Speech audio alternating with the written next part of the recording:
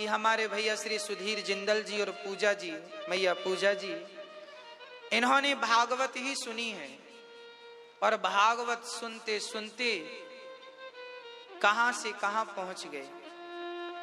हाँ, भागवत जब आप श्रवण करते हैं तो भागवत आपके भीतर प्रवेश करती है और भीतर पहुंचकर वो आपके जीवन की सारी नकारात्मकता निकालकर हृदय को पॉजिटिव करती है, सकारात्मकता से भर देती है। आपके जीवन में जो पितृ दोष हैं, आपके घर में अशांति है, भागवत सुनने के बाद मैं विश्वास दिलाता हूं वो शांति जरूर होती है। घर का वातावरण शुद्ध हो जाता है।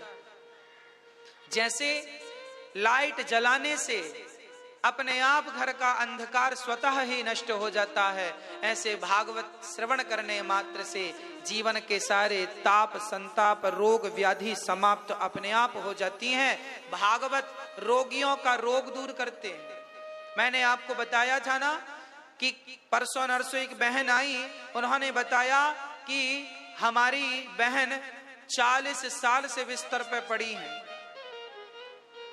ना बोलती हैं ना हाथ पांव चलते हैं, बिस्तर में ही उनके माता पिता सारा काम करते हैं उनका। हाँ, पर वो भागवत सुनना शुरू कर दी उन्होंने साधना चैनल पर, और भागवत सुनते सुनते सुनते अब वो 40 साल बाद बढ़िया सुंदर सुंदर भजन गाने लगी, आवाज वापस आ गई। उन्होंने बताया वो आएंगी तो आपका दर्शन कराऊंगा आपको। ये चमत्कार कैसे, क्यों? ये भागवत के चमत्कार हैं। बहुत सारे लोग डिप्रेशन से बाहर आ गए, रोग ठीक हो गए। भागवत सब कुछ, भगवान तो भगवान है ना, वो सब कुछ जानते हैं। तो भागवत जी सब प्रकार से कल्याणकारी हैं।